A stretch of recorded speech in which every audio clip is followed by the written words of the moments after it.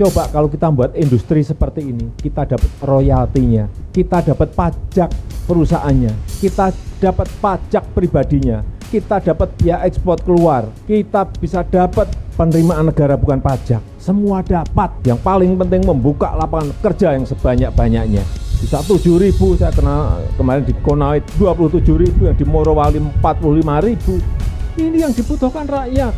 Jadi jangan sekali lagi berpikir sekali lagi ekspor bahan mentah, ekspor raw material, ekspor nikel ore. Enggak. Kita memang pola pikir kita harus kita rubah semuanya. Ini harus menjadi negara industri.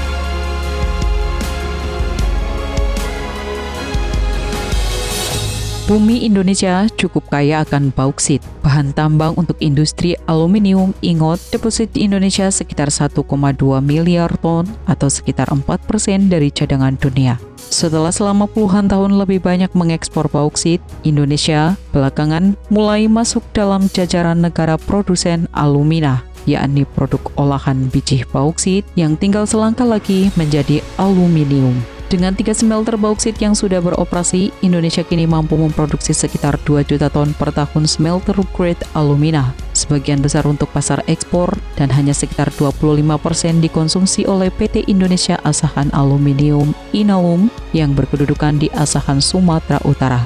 Dalam kunjungan kerjanya di Provinsi Kepulauan Riau pada Januari lalu, Presiden Joko Widodo sempat meninjau industri PT Bintan Alumina Indonesia (BAI). Perusahaan itu mestinya beroperasi 2020, tapi karena pandemi, ia baru bisa beroperasi 2022. Didampingi Menko Perekonomian pada kunjungannya ke KEK Batangkalang, Presiden Jokowi sempat melepas ekspor perdana PT BAI untuk 2022 sebesar 21.000 ton dengan nilai 105 miliar rupiah.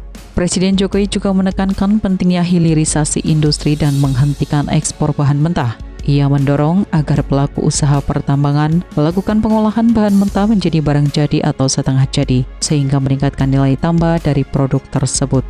Presiden Jokowi kembali menegaskan bahwa pemerintah akan tetap menghentikan ekspor minerba dalam bentuk bahan mentah.